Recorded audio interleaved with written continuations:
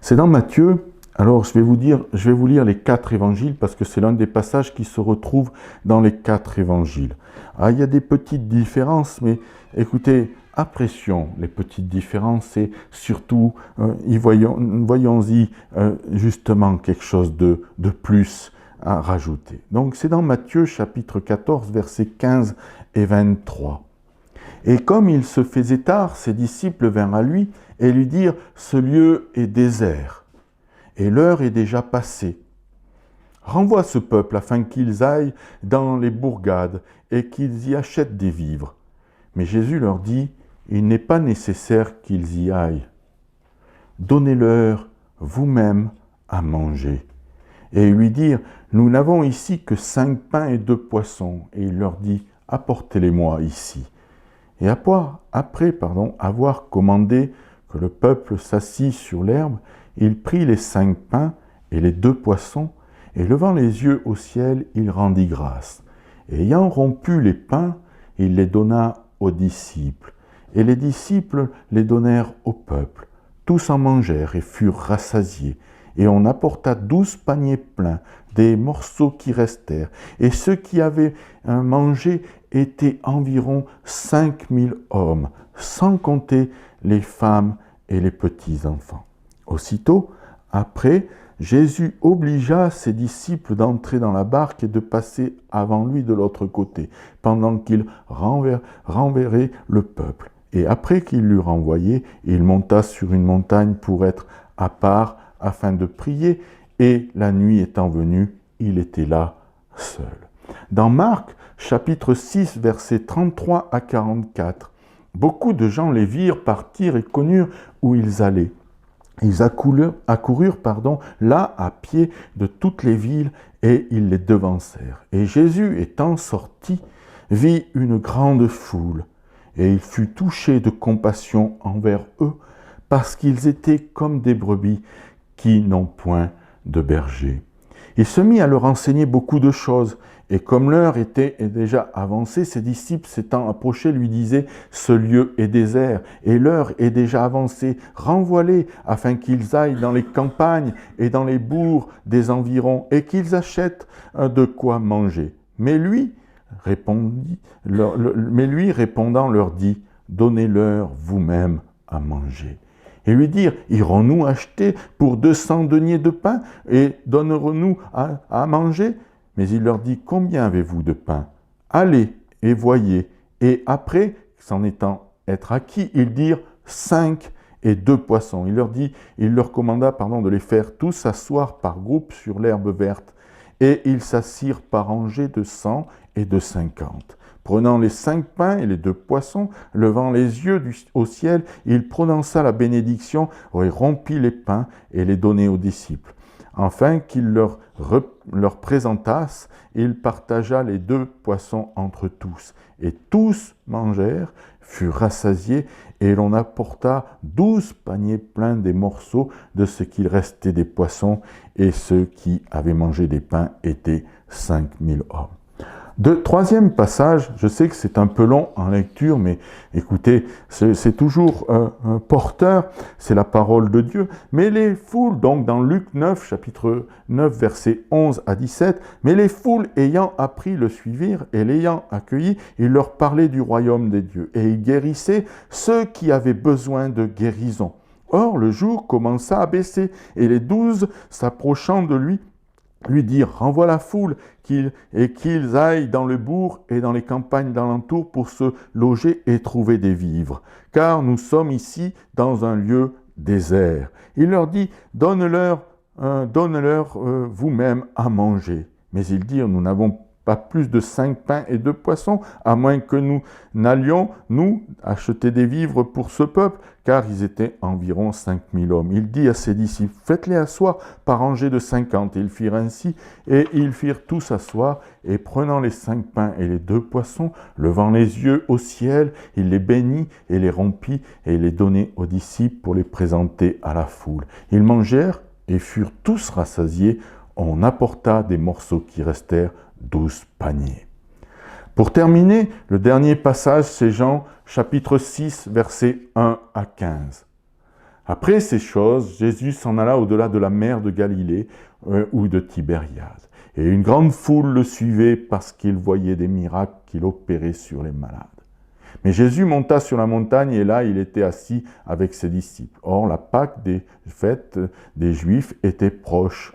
Jésus, ayant donc levé les yeux, ayant vu une grande foule qui venait à lui, dit à Philippe, « Où achèterons-nous les pains, afin que ceux-ci aient à manger ?» Or, il disait cela pour l'éprouver, car il savait, lui, ce qu'il allait faire. Philippe, lui, répondit, 200 deniers de pain ne leur suffisent pas pour que chacun en reçoive quelque peu. Un de ses disciples, André, frère de Simon-Pierre, lui dit, « Il y a ici un jeune garçon qui a 5 pains d'orge et 2 poissons. Mais qu'est-ce que cela pour tant de gens ?» Jésus lui dit, « Faites asseoir les gens. » Or, il y avait beaucoup d'herbes dans ce lieu. Les hommes s'assirent donc au nombre d'environ 5000. Jésus prit donc les pains, ayant rendu grâce, et les distribua à ceux qui étaient assis, de même aussi des poissons autant qu'ils en voulurent. Et quand ils furent rassasiés, il dit à ses disciples, « Ramassez les morceaux qui sont restés, afin que rien ne se perde. » Ils les ramassèrent donc, ils les remplirent 12 paniers des morceaux provenant des 5 pains d'orge qui étaient restés, et ceux qui en avaient mangé. Et ceux qui avaient mangé. Les gens donc, ayant vu le miracle que Jésus avait fait, disaient, « Celui-ci est véritablement le prophète qui vient dans le monde. » Jésus donc, ayant connu qu'il allait venir l'enlever, afin de le faire roi, se retira de nouveau sur la montagne seul. C'est un des passages, c'est la première multiplication qu'il va y avoir. On ne réalise pas ce que c'est qu'une multiplication pour 5000 hommes, partant de 5 pains et de 2 poissons. Il y a des tas de choses à dire naturellement par rapport à cela. Mais on va justement regarder quelques passages, quelques versets. Je ne peux pas tout développer, mais on va regarder certains passages. D'abord, et beaucoup de gens le virent partir et connurent où ils allaient. Ils accoururent là à pied de toute la ville et ils le devancèrent. Ça parle de Jésus et des apôtres, enfin des disciples à l'époque. Les disciples reviennent d'une mission, c'est-à-dire que Jésus-Christ les avait envoyés pour justement faire, manifester, démontrer le royaume de Dieu. Et quand ils reviennent, naturellement, ça a eu un impact sur le peuple de Dieu. Ça a naturellement un impact. Je me pose souvent la question, et je crie souvent à Dieu, pour que justement nous soyons impactants. Impactants, nous n'allons pas trouver la force en nous-mêmes. Mais par contre, nous avons une certitude, c'est que lui est impactant et que lui seul est en mesure de faire la différence. Je vais y revenir tout à l'heure. En tous les cas, parce que les uns et les autres voient cette démonstration du royaume, ils disent « je veux toucher, je veux goûter, je veux voir, je veux entendre ». Tous les sens se mettent en mouvement. Oh oui, on pourrait faire une analyse, comme beaucoup pourraient le faire de nos jours, une quête déréglée de miracles et de prodiges, mais peu importe. Si ça commence par la chair, ça peut finir par l'esprit. Même si certains courent d'une manière effrénée, déréglée, souhaitant des bénédictions, et peu importe. L'important, c'est que, à un moment donné, ils sont touchés. Je vais vous raconter une histoire qui m'est strictement personnelle. Je suis arrivé dans la ville de Montpellier. Je faisais à peine 70 kilos. J'étais surendetté, j'étais dépendant de différentes choses que vous n'imaginez même pas. Et j'ai rencontré quelqu'un qui m'a dit « Est-ce que tu veux qu'on prie pour toi ?» Ben, j'ai dit oui. Mais je ne savais même pas ce qui allait se passer. Par contre, lui savait ce qu'il allait faire. Et il a fait. Et à partir de ce moment-là, ma vie a été complètement transformée et changée. Est-ce que j'étais en quête de vérité? Est-ce que j'étais déréglé? Moi, je vais vous dire franchement, j'y connaissais rien. On me parle du royaume, on me dit on prie pour toi, on va voir, tu vas mettre ta vie à nu. J'ai dit oui, moi je ne savais même pas ce que je disais, je ne savais même pas ce que je faisais. L'important c'est que lui il le sache. Là, ces hommes, cette foule a entendu parler de Jésus. Ils ont sûrement côtoyé des miraculés, des personnes qui ont été touchées et qui ont vu la puissance de Dieu. Et donc là, qu'est-ce qui se passe? Ils accoururent. Et et ils le devancèrent. Une grande foule le suivait parce qu'il voyait quoi? Les miracles qu'il opérait sur les malades. Et je crois que de nos jours, bien-aimés, en plus, voyez le fléau qui est en train de se répandre sur notre terre. Regardez les personnes qui sont complètement confinées, qui sont enfermées. Alors, comment les en sortir? Eh bien, je crois qu'il faut que nous soyons de ceux qui donnent envie pour qu'ils puissent venir, et même, à un moment donné, même s'ils viennent de manière déréglée. Et pardon d'accentuer là-dessus, parce qu'il y en a qui viennent par quête et parce qu'ils savent que c'est la vérité, parce qu'ils savent que c'est Jésus. Et il y a les deux extrêmes, et entre les deux extrêmes, et il y a une multitude d'extrêmes encore. Vous imaginez les extrêmes? Je ne m'appelle pas Marine. Et donc, une grande foule le suivait parce qu'il voyait les miracles qui opéraient sur les malades. Mais la foule ayant appris, le suivirent, et l'ayant accueilli, il leur parlait du royaume de Dieu et guérissait tous ceux qui avaient besoin de guérison.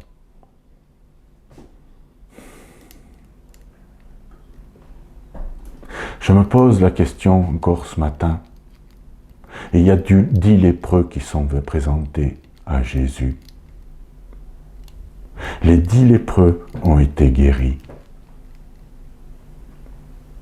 Il n'y en a qu'un seul qui est revenu remercier Jésus. Pourtant, Jésus a guéri les 10 lépreux. Nous voulons cloisonner l'Évangile. Nous voulons mettre des freins. Quand est-ce qu'à un moment donné, mon fils il prend des notes pour pouvoir soustraire certaines choses que il coupe. C'est Monsieur Coupe. Et bien aimé, quand est-ce qu'on va comprendre que le royaume de Dieu, que les gens soient motivés ou pas, peu nous importe. C'est pas nous qui aurons à rendre compte.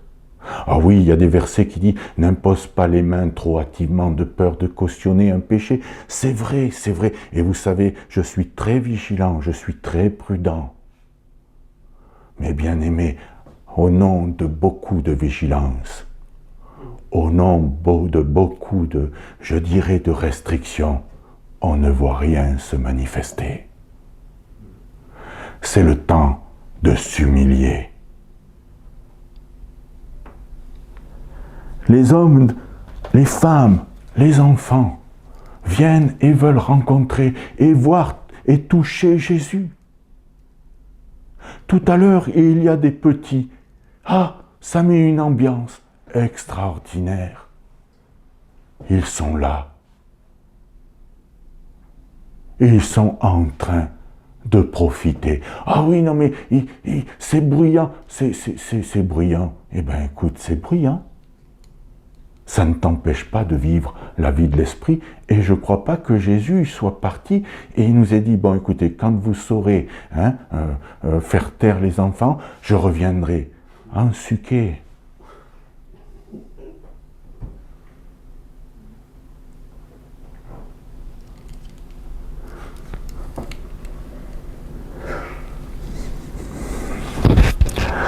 Vous savez, j'apprends au fur et à mesure des années à contrôler ce bouillonnement, ce feu.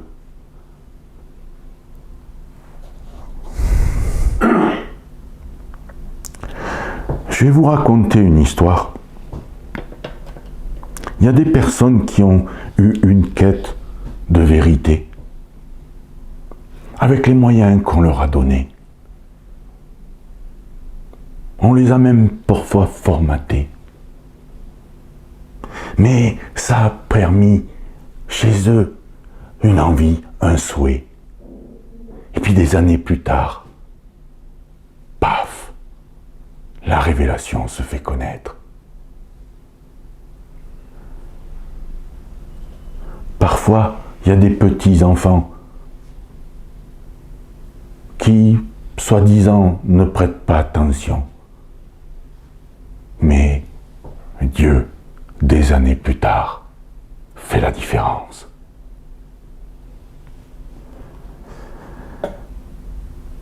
Qui m'a touché? Surprenant, une foule était en train de le toucher. Qui m'a touché? C'était le toy-boy, c'était un boxion, je vais vous dire. C'était, je ne sais pas, si on imagine bien, le Seigneur de gloire, le Père, manifesté en ce bien-aimé, en lui habité pleinement, corporellement, toute la plénitude. Qui m'a touché? Ah, et il n'y avait pas de distance entre lui et la foule. Je ne sais pas si je fais passer certains messages ce matin. Bien souvent, maintenant, on se préserve, l'homme de Dieu, on le met à part. Si tu n'es pas de proximité, homme de Dieu, attends-toi à une chose, c'est que de ton piédestal, tu vas descendre.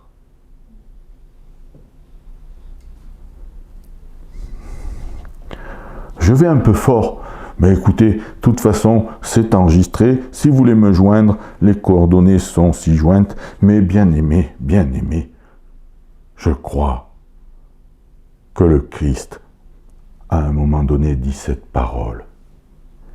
Il fut touché de compassion envers eux, parce qu'ils étaient comme des brebis qui n'ont point de berger.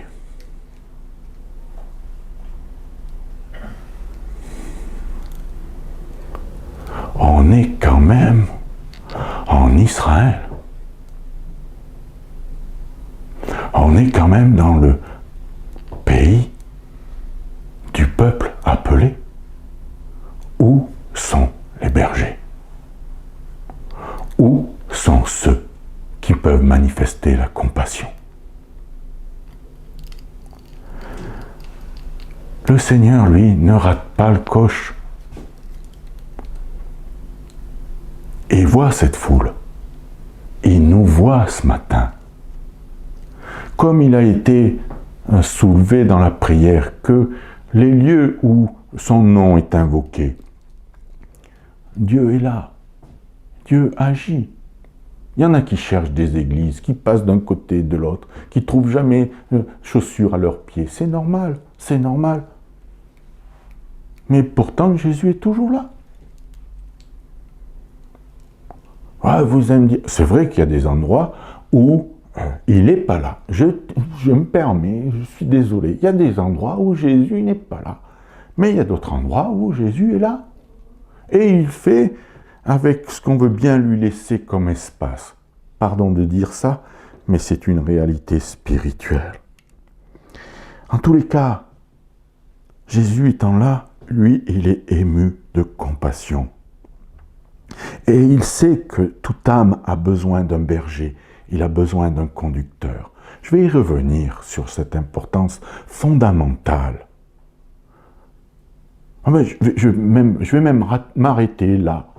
Et je vais vous dire, j'étais en train de lire un passage la nuit dernière qui m'a surpris, qui se trouve dans Jean. Je vais le lire dans 1 Jean. Et ce passage, il m'a poussé à un autre passage. Je ne vais pas vous le lire, mais un autre passage qui, pour moi, m'interpellait. On trouve dans les textes de l'Ancien Testament, comme quoi il est dit « J'inscrirai mes lois dans leur cœur. » Et nul ne pourra dire à l'autre « Connais le Seigneur », ils me connaîtront. Je simplifie un peu le langage. Et moi, ça m'interpellait. J'ai dit, mais alors pourquoi, qu'est-ce qu'on fout là, nous? Enfin, tous ceux qui sont appelés, tous ceux qui sont marqués d'un sceau, avec les 5 ministères. Oui, je crois aux 5 ministères. Je crois au ministère apostolique, je crois au ministère prophétique, je crois au ministère d'enseignant, je crois au ministère pastoral et je crois au ministère d'évangéliste. Donc, c'est clarifié, merci Seigneur, alléluia. Une chose est certaine, les ministères étant manifestés, qu'est-ce qu'ils font là? Et il y a Jean qui dit une parole extraordinaire dans son épître. Vous connaissez la parole, mais parce que vous la connaissez, je vais être un instrument pour vous la rappeler. Et oui, bien-aimés, nous sommes de ceux qui sont souvent oublieux. Et il y a des tas de choses. Notre conscience, nous l'avons fait taire. Celle qui nous disait, non, ne fais pas ça. Non, non, non, fais pas ça. Mais non, moi, je vais essayer. Moi, j'ai essayé à 14 ans la drogue. J'ai vu où ça m'a amené. J'ai essayé. Heureusement qu'il est venu vers moi et qu'il a eu compassion et qu'il a vu que j'avais besoin d'un père. Heureusement qu'il a considéré ma vie et qu'il est venu à un moment donné dire, si tu veux, je peux la changer. Cette compassion-là, elle est pour tous les hommes. Ah non, mais tu comprends, on va faire une sélection. Je vais le répéter, t'es un ensuqué. Dieu prend les choses viles, les choses hors sens, déraisonnables même. Et quand il les établit, il en fait une colonne dans son Saint-Temple. Et serviteurs que nous sommes, nous devrions être plutôt de ceux qui ont des entrailles.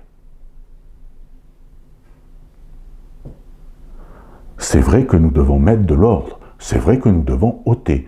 Bien-aimés, n'enlevez pas cette dimension aussi céleste et divine.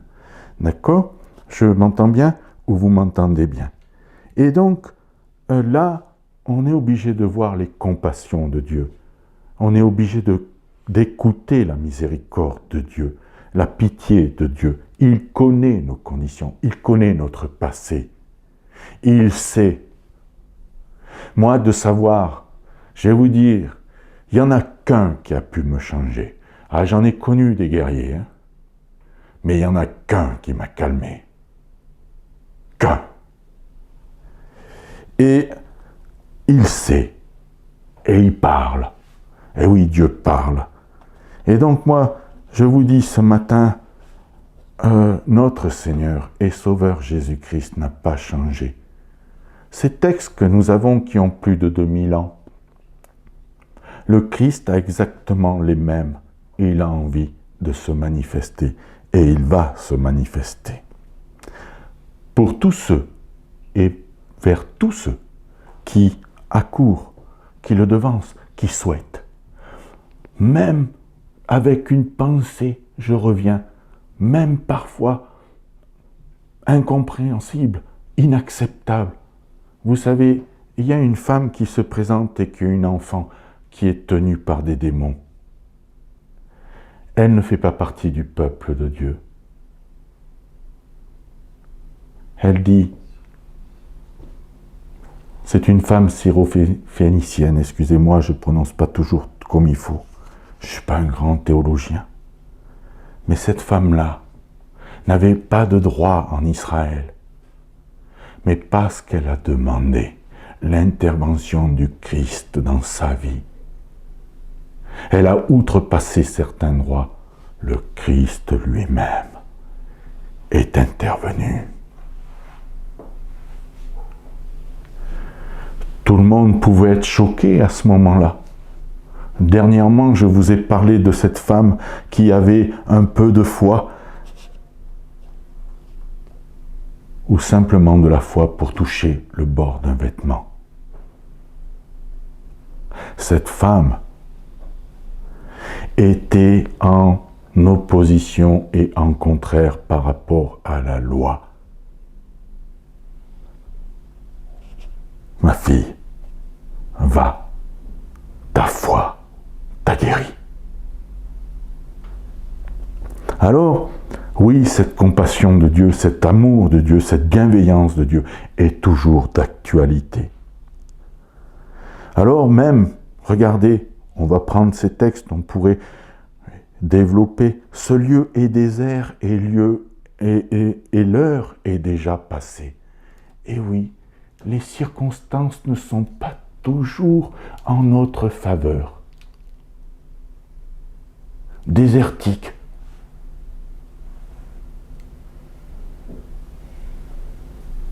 Pas le temps, pas l'heure, c'est passé.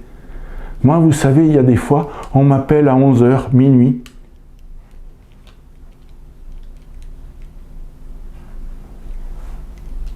Et pourtant, Dieu agit même à cette heure-ci. Je ne sais pas pourquoi. Sûrement parce qu'il ne sommeille ni ne dort. C'est peut-être une notion qu'il faut peut-être capter. C'est l'heure. Et c'est logique. Moi, je me mets à la place des disciples. Vous savez, ils sont dans une éducation.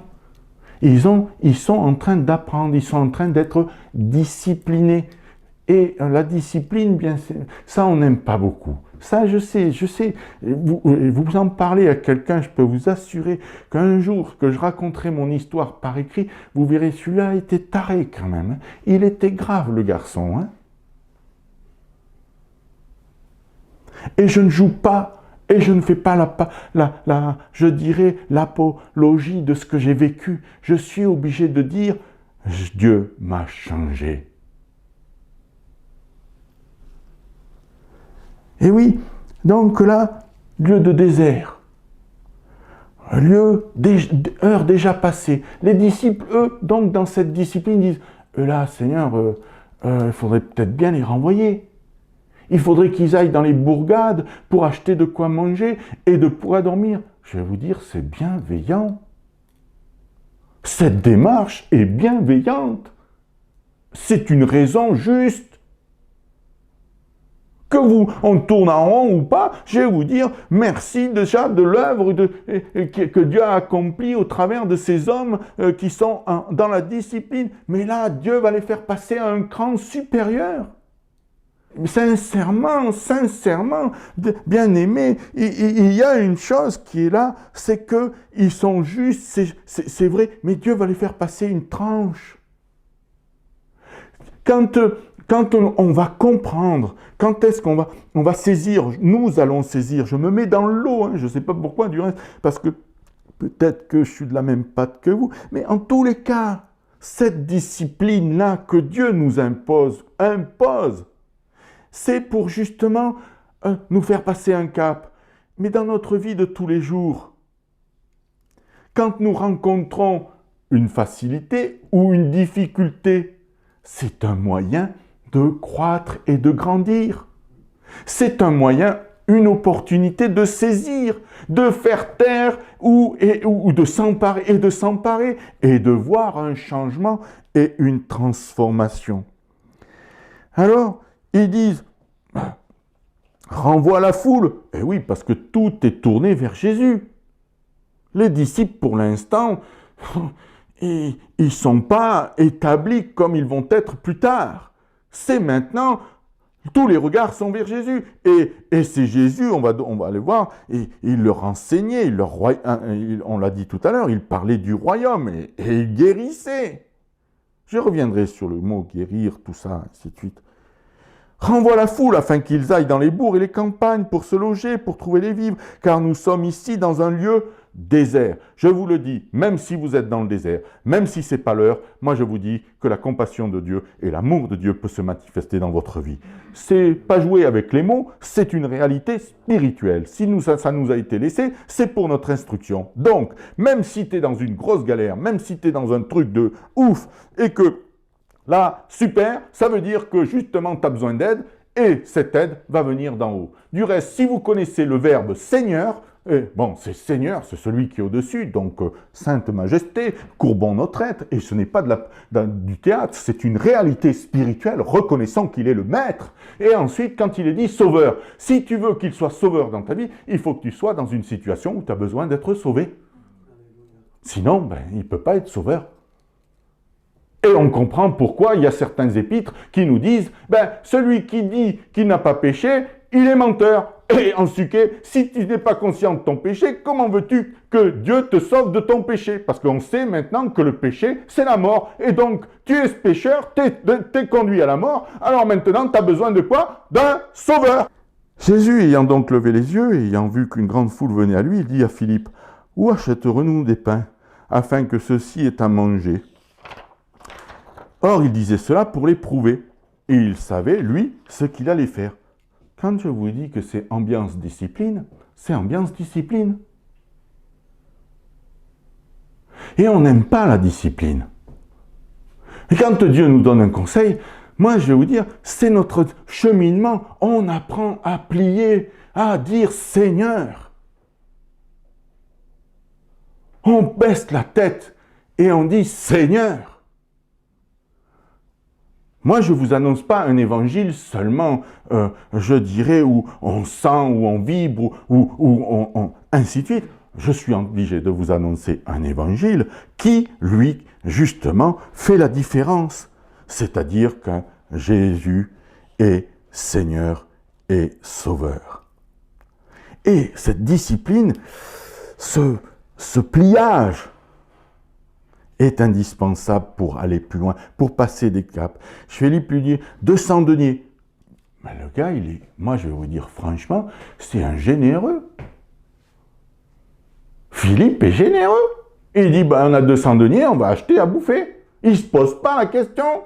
C'est quelqu'un de généreux. Il est, moi je vais vous dire, il est bienveillant. 200 deniers de pain, ça ne suffirait pas pour que chacun reçoive quelque peu. Oui, mais là, on voit la limite. Un des disciples, André, il y a ici 5 pains d'orge et 2 poissons. Mais qu'est-ce que cela pour tant de gens?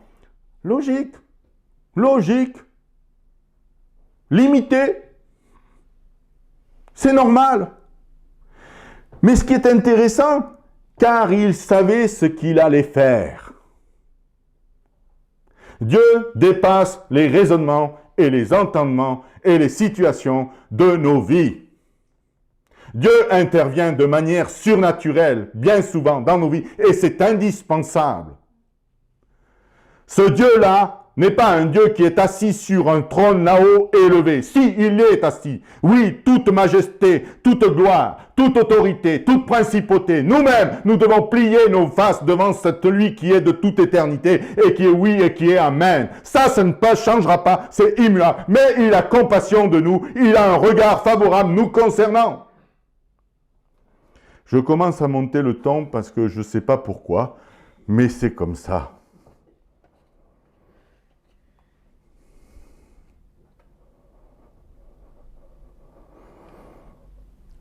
Les situations de nos vies sont parfois très difficiles par rapport à ce que nous avons pu vivre, notre éducation, notre raisonnement, notre manière. Mais le Père Céleste a une vision pour nous, une dimension pour nous en sortir et nous faire rentrer dans un au-delà. Oh, c'est pas toujours facile à comprendre, à accepter. Mais l'intention de Dieu est juste, elle est bonne. Alors Jésus, il dit une chose incroyable. Il passe un cap.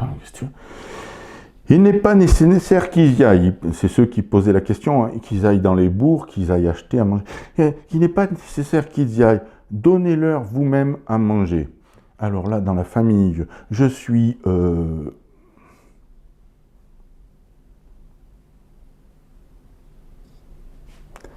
C'est normal. C'est normal. Ils répondirent ce que nous avons pu dire, 200 deniers, 5 pains. Ils ne peuvent pas donner à manger. Et il faut que donc, là maintenant, il va y avoir une intervention.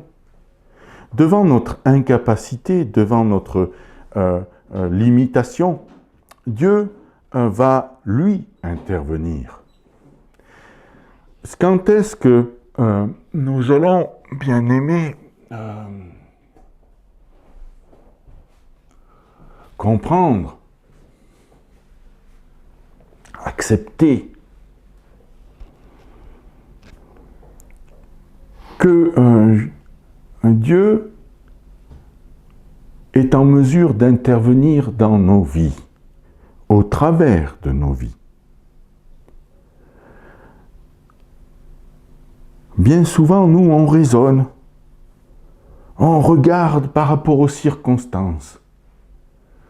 Mais Dieu nous fait rentrer dans un univers, dans son univers, dans ce qu'il est.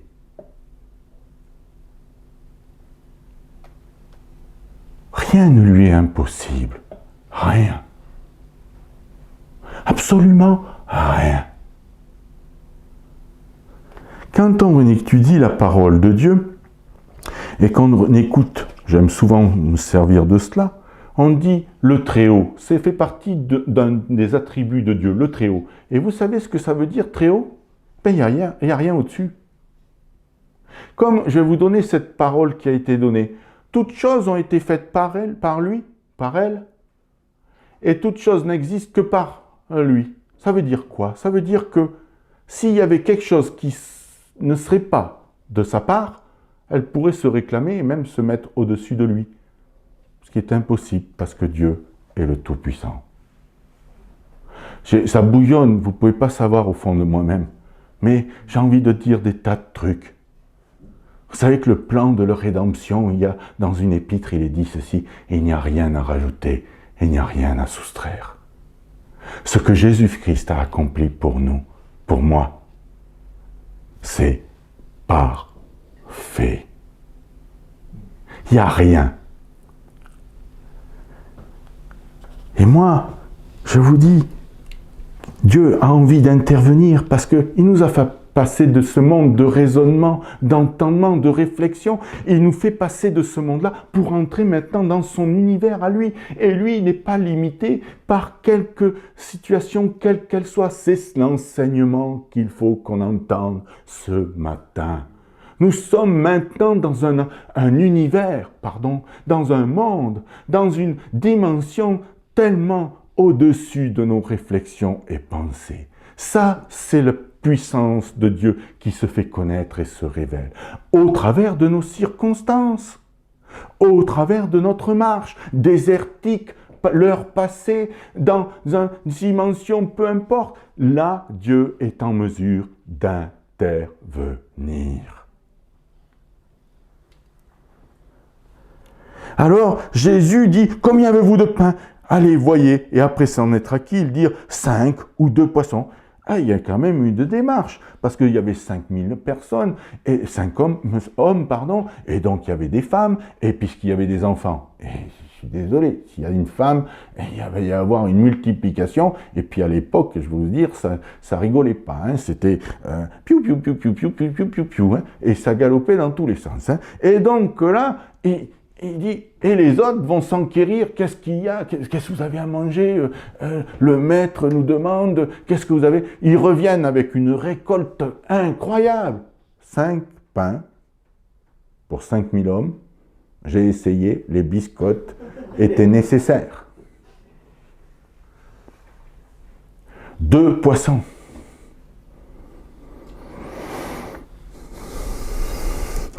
Il commanda de les faire asseoir. S'asseoir sur l'herbe verte, c'est quelque chose d'apaisant, le repos. Ils s'assirent par rangées, il les fait assire par rangées de 50 et 100. Et donc, il prit les 5 pains, les 2 poissons, et levant les yeux au ciel, il rendit grâce. Ah, qu'est-ce que ça veut dire? Rendre grâce. Et il remit la situation à celui qui va intervenir. Il donna à des disciples, et les disciples les donnèrent au peuple. Il prit donc les pains, les ayant rendus grâce, il les distribua à ceux qui étaient assis, de même aussi des poissons, autant qu'ils en voulurent. Et quand ils furent rassasiés, il dit à ses disciples, ramassez les morceaux. Ah, et quand ils furent rassasiés, je vais trop loin. Quand je lis mes trucs, je vais trop loin. Il rendit grâce, il les distribuera. Ça veut dire que d'un seul coup, c'est comme ça que ça s'est passé. Les écluses des cieux se sont ouvertes et il y a une quantité de pains qui sont tombés d'un seul coup. Et n'oublions pas les poissons. D'un seul coup. Ou alors, ça serait de notre époque, des 38 hommes arrivent de partout, et même ils tombent du ciel, puisque c'est miraculeux, donc poum. Et on pourrait se poser la question, ont-ils payé le péage? Mais le problème n'est pas là. Non. Bien souvent, les miracles, ça n'a l'air de rien. Mais chaque fois qu'ils piochaient, chaque fois qu'ils prenaient du pain, le pain se multipliait. Vous allez me dire, oui, mais ça c'est il y a longtemps. Je vais vous raconter une histoire, deux témoignages, qui vont exactement dans le même sens. J'ai vu, non, mais je peux attester que les personnes qui ont prononcé ce témoignage sont dignes de confiance. Et j'ai vu des hommes pour simplement une agape. Simplement une agape. Et il s'était rajouté une foule non prévue. Vous savez, le beans. Ah, Seigneur, comment nous allons faire? Et c'était une paella. C'était, je crois, une paella ou un rôti, peu importe. Et ils ont vu cela.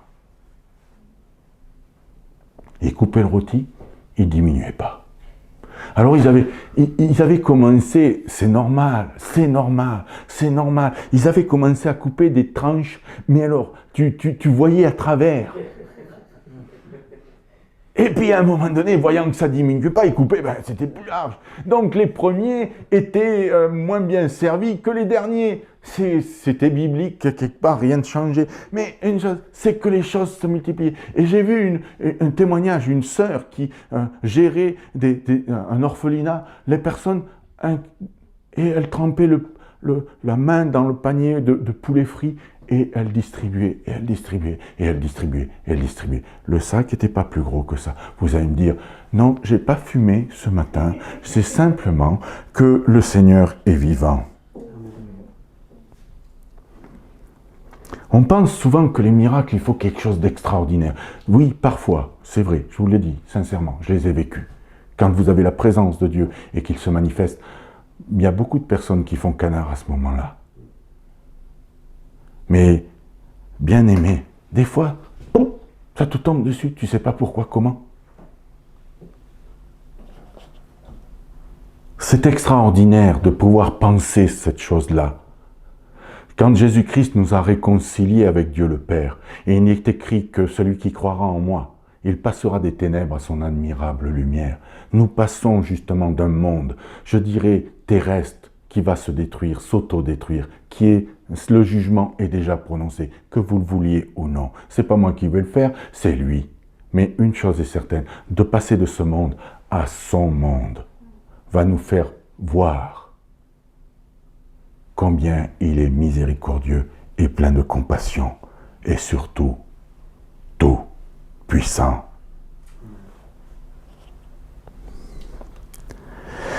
Donc, il distribue et il rend participants ses disciples. Les gars, c'est eux qui distribuent. Parce que Jésus a donné une part aux disciples et les disciples, eux, distribuent. Et c'est eux qui voient. Et plus les gens en voulaient, ils étaient rassasiés, ils étaient comblés. Mais Jésus va dire à un moment donné, ramassez maintenant le reste. Rien ne doit se perdre. Et il y a une chose qui est surprenante. C'est qu'il va y avoir les 12 paniers qui vont être remplis de reste. Préfiguration. Et ça doit maintenant nous pénétrer, nous qui sommes appelés. Préfiguration de ceux qui vont être établis et qui vont manifester le royaume de Dieu. Ça doit nous percuter parce que ça doit nous dire maintenant, nous avons le reste. Nous avons maintenant de quoi combler et satisfaire. Nous avons maintenant... Ah, vous dites, mais le panier va se vider. T'as rien compris? Je reprends depuis le départ.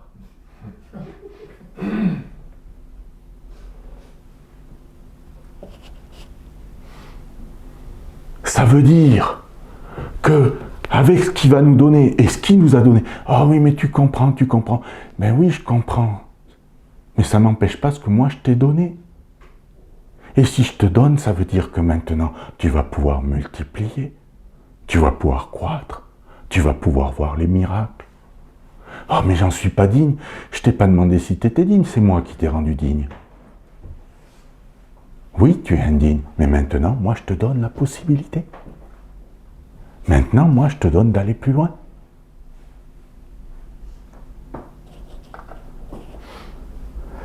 Oh, on va me dire, oui, il faut l'école. Oui, ça, je suis d'accord avec vous. C'est vrai que la discipline est indispensable. C'est vrai que cette marche-là est parfois douloureuse, parfois compliquée. Nous sommes en but, en lutte. Bien sûr, Dieu sait tout ça. Mais ça ne veut pas dire que lui, son objectif a changé. Trouvez-moi un passage où Dieu se repent de ses dons. Que chi, que dalle. Que tu veuilles pas le mettre en mouvement, que tu veuilles le mettre sous le boisseau, l'enterrer, c'est ton problème. Mais lui, il veut multiplier. Lui, il est d'accord. Ah oui, mais pourquoi tu mets oui? D'accord, c'est bien, mais le mais, qu'est-ce que t'en fais maintenant?